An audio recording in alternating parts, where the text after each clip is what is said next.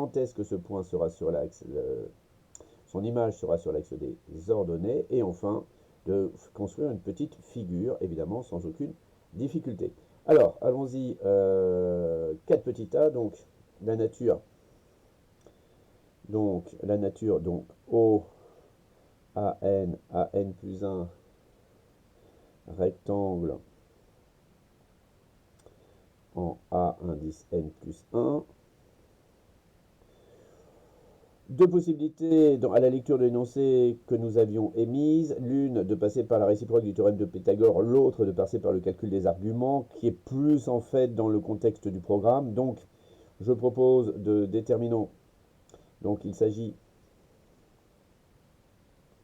de déterminer l'argument du nombre complexe, donc z indice n plus 1 moins z indice n, sur z indice n plus 1 moins z0. Hein, ce nombre complexe correspondant effectivement à l'angle. Donc O à n plus 1, O à n à indice n plus 1, encore plus de K appartenant à Z.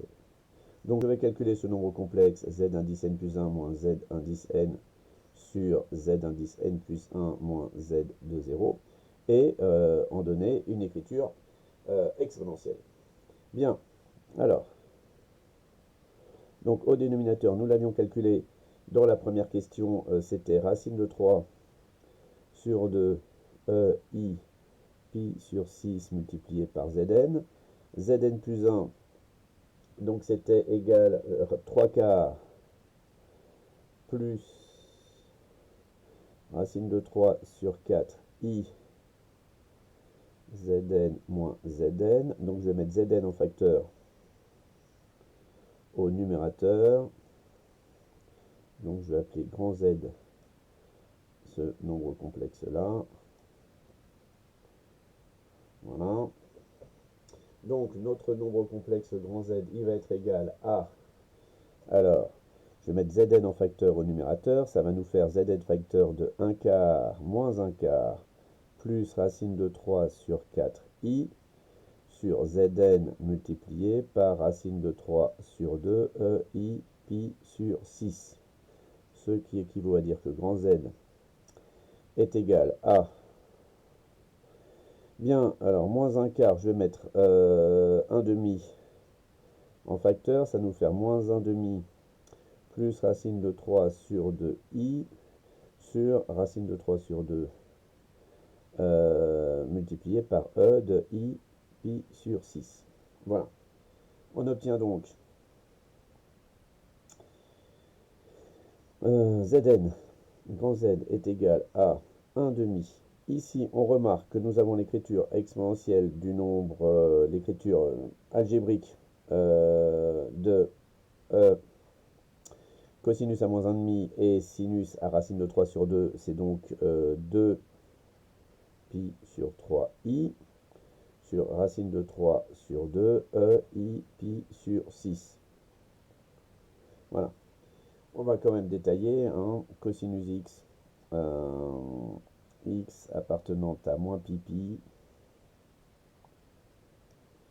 cos x est égal à moins 1,5 et sinus x est égal à racine de 3 sur 2 équivaut à x est égal à 2 pi sur 3.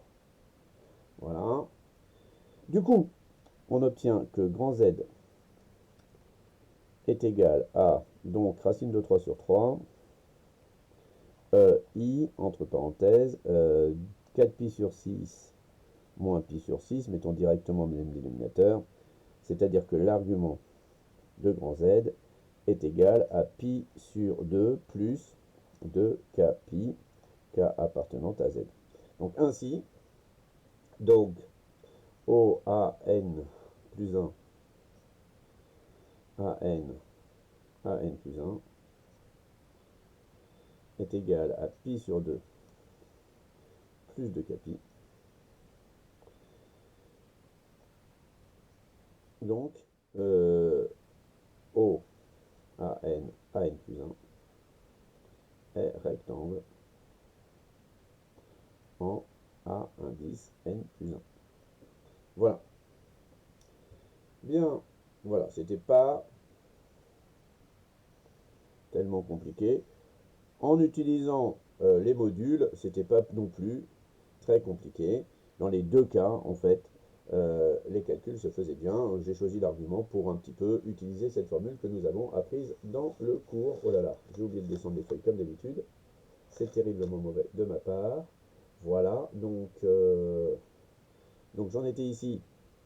Donc 4 pi sur 6 moins pi sur 6. Là, j'ai mis au même dénominateur direct pour éviter une ligne de calcul. 4 pi sur 6 moins pi sur 6, évidemment, ça fait 3 pi sur 6, donc évidemment, ça fait pi sur 2. Donc l'argument de z est égal à pi sur 2 plus 2 pi, et donc le triangle, il est rectangle. Bien, alors ça, c'est terminé. On va passer maintenant à la question suivante. La question suivante, il s'agissait donc, une fois que nous avions admis que Zn s'écrivait sous la forme, on le voit bien ici, Rn e i pi sur 6, déterminer la valeur de n pour lequel An est un point de l'axe des